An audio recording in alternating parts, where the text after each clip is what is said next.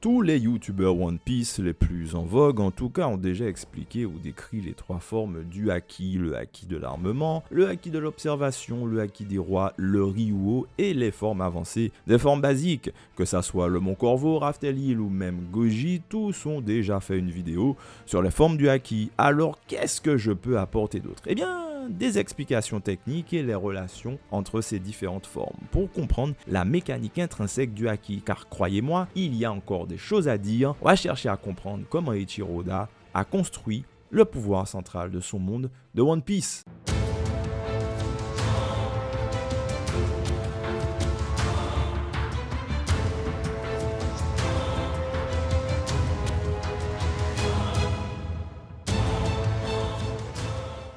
Sur cette chaîne, j'analyse le récit, la narration et les personnages dans One Piece. Je partage avec vous ma passion des histoires et de leur construction. Laissez un like, abonnez-vous, activez la cloche et laissez un commentaire. Ça m'aide grandement à proposer un contenu plus intéressant, mais surtout différent. Je souhaite que vous gardiez en tête que les mangas sont des œuvres qui existent pour divertir et au mieux nous inspirer.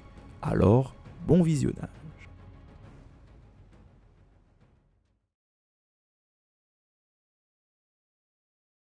Oui, vous avez bien vu, je considère que le haki des rois est une forme basique, une forme élémentaire ou fondamentale du haki. Ça ne veut pas dire que le haki des rois est une forme facile à posséder ou alors commune, car on le sait tous, il ne se révèle que chez très peu d'individus. Et jusqu'à l'opposition Luffy versus Katakuri, le haki des rois n'était utilisé que par le biais d'une onde de choc de haki, avec toutes les conséquences que l'on connaît. Évanouissement, éclair noir et écume au bord des lèvres pour ceux qui ne sont pas assez forts pour supporter la décharge de volonté de l'émetteur. Le haki des rois sous cette forme n'était utilisé que pour intimider, soumettre ou se débarrasser d'un grand nombre d'individus en même temps. Une sorte d'AOE de haki, comme les AOE dans World of Warcraft. Une onde de choc sur une aire plus ou moins grande qui faisait rester tranquille le clampin de base. Rayleigh démontrait lors de son apparition au Sabaody une utilisation sélective de cette capacité de haki des rois, ce qui démontrait déjà un niveau supérieur de maîtrise. Mais cette utilisation restait dans le cadre d'un AOE sur un grand nombre d'ennemis, sauf qu'il était encore une fois sélectif, mais surtout de même nature ainsi qu'avec les mêmes effets. C'est lors de l'arc Wano Kuni et Onigashima que s'est opérée une radicale évolution dans l'utilisation du haki des rois vers un emploi en tant que bouclier d'attaque comme le haki de l'armement basique. Il ne s'agissait plus d'une onde de choc dévastatrice, mais d'un flux canalisé avec une forme tangible spécifique. C'est le flashback de Oden ainsi que la confrontation entre Roger et Barbe Blanche plus jeune qui a matérialisé cette évolution, projetant le haki des rois dans une autre dimension de maîtrise que la simple projection de fluide royal dans toutes les directions, sans contrôle particulier ou sans changement de ce qu'on peut appeler un changement de forme. Dès lors, le haki des rois pouvait s'utiliser comme le haki de l'armement basique sous sa forme Busoshoku. Il était toutefois nécessaire de maîtriser une technique particulière pour y parvenir. Il y avait un chaînon manquant dans cette histoire, c'est à ce moment qu'apparaît le Ryuo de Wano Kuni. C'est avec la découverte du Ryuo de Wano Kuni ainsi que du mythique flashback de Oden Kozuki mettant en scène Roger ainsi que Barbe Blanche que le fluide royal prend une autre direction et un niveau supérieur dans le contrôle ainsi que dans la maîtrise de cette forme du haki. Mais qu'est-ce qu'est vraiment le Ryuo de Wano Kuni? Le Ryuo de Wano Kuni est résolument plus qu'une simple appellation du haki sur le pays des samouraïs. En effet, de manière très simpliste, le Ryuo a été compris comme une traduction ou plutôt une appellation du haki dans le pays des rois, comme pouvait l'être le mantra sur les îles célestes. Toutefois, il y a une subtilité dans le Ryuo qui en fait un outil décisif dans la maîtrise supérieure de la forme basique du haki des rois. Si certains se rappellent de la maîtrise du chakra dans Naruto, le Ryuo est un mécanisme qui ressemble au changement de forme du chakra. Pour ceux qui ne connaissent pas, je vais vous expliquer. Comme le haki dans One Piece, le chakra dans Naruto peut évoluer ou mieux être modelé par chaque utilisateur. Il y a donc 3 niveaux pour le chakra. Le chakra basique pour effectuer les techniques élémentaires comme le clonage, la marche YOLO, les invocations. Le changement de nature qui permet de transformer le chakra basique en éléments naturels, en feu, en électricité, en vent, en terre, en eau, en bois, etc.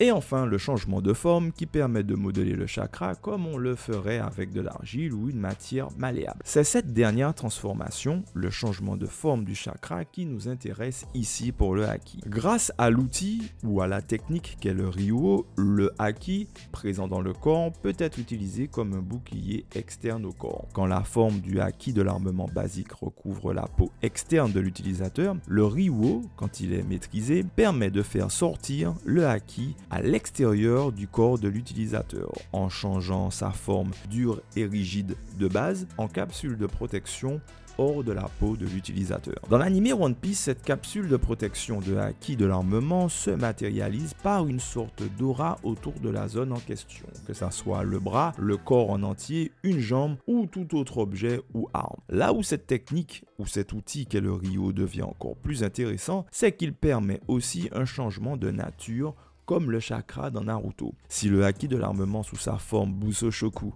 devient une armure aussi rigide que la volonté le permet, le Ryuo garde ce même haki sous une forme visqueuse, voire liquide. La traduction de Ryuo est courante d'ailleurs. En utilisant le Ryuo, le haki peut pénétrer toutes les surfaces sous la forme d'une aura ou d'un gaz infiltrant tout ce qui existe, matière organique, matière solide ou alors liquide.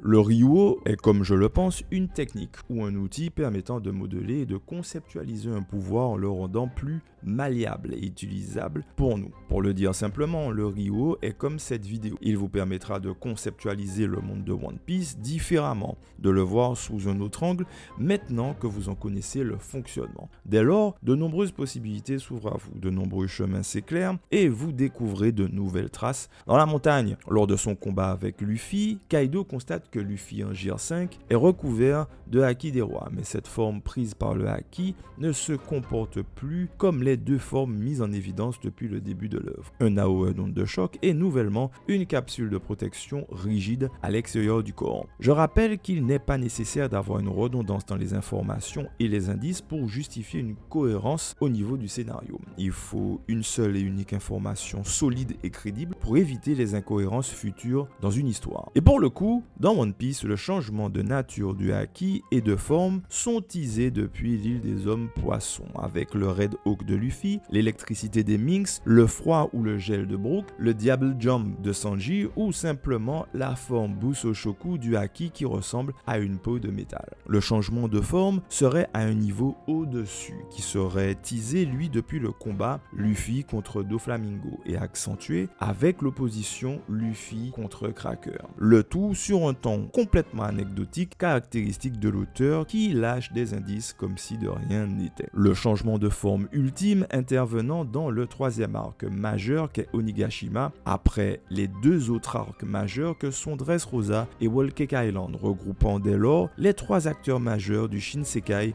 dans l'œuvre. Une manière de boucler la boucle magistralement, on ne pourra pas dire que c'est du hasard à ce niveau. En effet, le Gear 5 de Luffy peut tout faire, tout subir, tout influencer, comme si ce qui l'entoure, tout ce qui recouvre son corps, peut se modifier comme bon lui semble, et ce, à l'infini. On le voit pendant le combat contre Kaido, avec le Gear 5, les formes physiques de Luffy n'ont plus de limites, et le haki des rois externes semble prendre la forme, mais aussi les caractéristiques du caoutchouc, étape finale du changement de forme et de nature du haki des rois pour le style de combat de Luffy.